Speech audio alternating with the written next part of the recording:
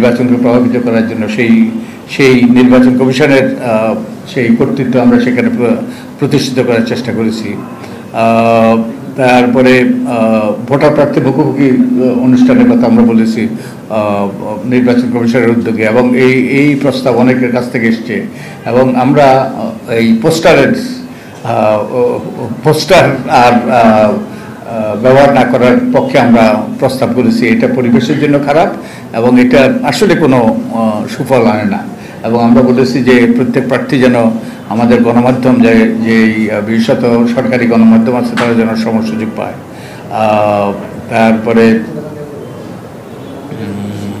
তারপর আমরা বলেছি যে যদি 2014, 2018, 2024-এর মতো ঘটনা ঘটে যে নির্বাচনটা সঠিক হবে না, এইরকম যদি সম্ভাবনা দেখা যায়, নির্বাচন কমিশন যেন রাষ্ট্রপতির মাধ্যমে সুপ্রিম কোর্টের আপিল বিভাগের তারা নির্দেশনা নিতে পারে, যাতে তারা ওই যে একটা বিতর্কিত নির্বাচন অনুষ্ঠান করে আমাদের গণতান্ত্রিক ব্যবস্থাটাকে ধ্বংস করে না দেয়। নির্বাচন কমিশনে প্রার্থীতা চূড়ান্ত করার ব্যাপারে নিরঙ্কুশ ক্ষমতা দেওয়ার কথা আমরা বলেছি। নির্বাচন কমিশন আর্থিক স্বাধীনতা নিশ্চিত করার কথা আমরা বলেছি। নির্বাচন কমিশনের সচিব নিয়োগের ব্যাপারে নির্বাচন কমিশনের ক্ষমতা দেওয়ার কথা আমরা বলেছি, এবং তাদের নিজেদের কর্মকর্তাদেরকে যতটুকু সম্ভব রিটার্নিং অফিসার হিসাবে নিয়োগ দেওয়ার কথা আমরা বলেছি।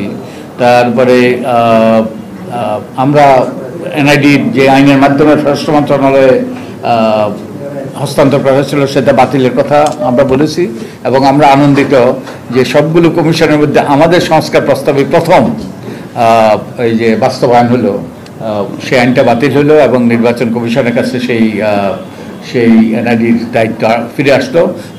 শ্রমিক সংগঠন বিলুপ্তি করার কথা বলেছি, বিদেশি শাখা বিলুপ্তির কথা বলেছি, নূতন দলের নিবন্ধন সহজতর করার কথা বলেছি, 5 বছর পর দলের নিবন্ধন নবায়ন করার কথা বলেছি, এবং দলের আর্থিক অডিট রিপোর্ট জনগণের কাছে উন্মুক্ত করার কথা বলেছি এগুলো। আর আমরা নির্বাচনকে সুষ্ঠু করার ব্যাপারেও কতগুলো আগে নির্বাচন কমিশন একটা বলি, স্বচ্ছ প্রক্রিয়া রাজনৈতিক ঐক্যমতের ভিত্তিতে নির্বাচন কমিশনে নিয়োগ দেওয়ার এটা আমরা সুপারিশ করেছি।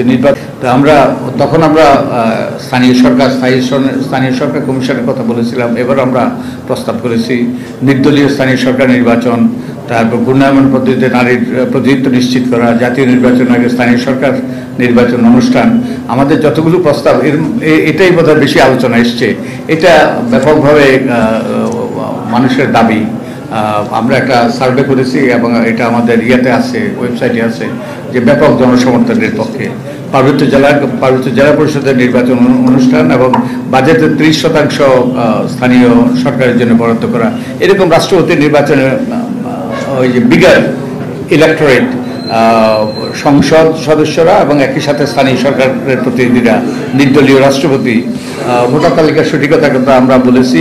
সীমা নির্ধারণের ব্যাপারে আমরা বলেছি একটা নিরপেক্ষ কমিশনের মাধ্যমে সীমা নির্ধারণ নিয়ে অনেক রকম প্রশ্ন, অনেক রকম অভিযোগ, যাতে একটা স্বাধীন কর্তৃপক্ষের মাধ্যমে করা হয়। তারপরে প্রবাসীদের ভোটার ব্যাপারে, প্রবাসীরা আমাদের 1.5 থেকে 2 কোটি প্রবাসী বাংলাদেশি, এবং তারা যদি ভোটাধিকার প্রয়োগ করতে না পারে তাহলে নির্বাচন নিয়ে প্রশ্ন থেকেই যায়। তা আমরা প্রবাসীদের ভোটার তালিকা অন্তর্ভুক্ত করার এবং তাদের নির্বাচনে সুযোগ নেওয়ার, তারপরে আমরা 40% নিচে ভোট পড়লে পুনর্নির্বাচনের কথা বলেছি। তারপরে আমরা সার্টিফাই করার কথা আগে আমি বলেছি। গণমাধ্যমের নীতিমালার পরিবর্তনের আমরা বলেছি আপনাদের সুপারিশের প্রেক্ষিতে।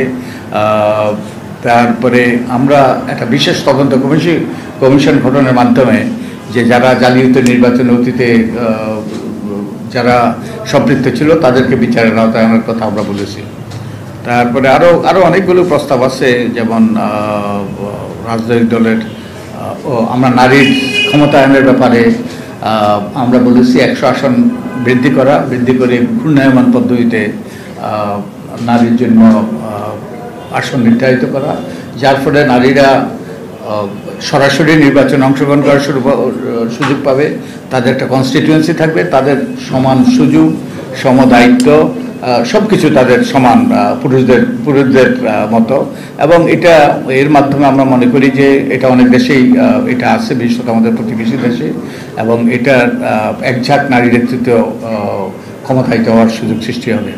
আমরা স্থানীয় সরকারের ব্যাপারে বলেছি, একটা স্থানীয় সরকার কমিশন গঠন করা। আপনাদের হয়তো কারো কারো মনে আছে 2007 সালে একটা কমিশন হয়েছিল, কমিশন না, একটা বিশেষ committee, high powered committee, doctor Shawkat আলীর নেতৃত্বে। আমি ওখানে ছিলাম। আমি ওখানে অনেকগুলো জিনিস আমরা অন্তর্ভুক্ত করেছিলাম সেই কমিশনের। আমরা একটা এই যে এখন যে আমাদের কমিশন বলছে যে একটা ইন্টিগ্রেটেড ল, সমন্বিত আইন, আমরা একটা সমন্বিত আইন করে দিয়েছিলাম। সবগুলো আইন আমরা পুনরীক্ষণ করেছিলাম, ওগুলো অধ্যাদেশ হিসেবে জারি হয়েছিল, কিন্তু এগুলো অনুমোদন করা হয়নি। তবে আমাদের এই কার্যক্রমটা এত বিশাল, নির্বাচন কমিশনের অনেক দায়িত্ব আছে। তো আমরা সুপারিশ করেছি দীর্ঘমেয়াদীভাবে একটা কর্তৃপক্ষ, স্বাধীন কর্তৃপক্ষের কাছে এনআইডির ব্যবস্থাপনা হস্তান্তর করা। তারপরে কারচুপির অভিযোগে যে কোনো নির্বাচন এলাকা নির্বাচন তদন্ত সাপেক্ষে নির্বাচন বাতিল করার ক্ষমতা নির্বাচন কমিশনকে দেওয়া। তারপরে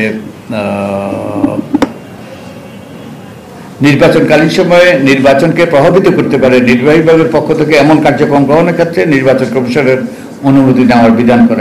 এটা বিরাট, কিন্তু এটা অত্যন্ত গুরুত্বপূর্ণ সুপারিশ, কারণ অতীতে সরকার যা ইচ্ছা তা করেছে, নির্বাচন কমিশনের তোয়াক্কাও করে নাই।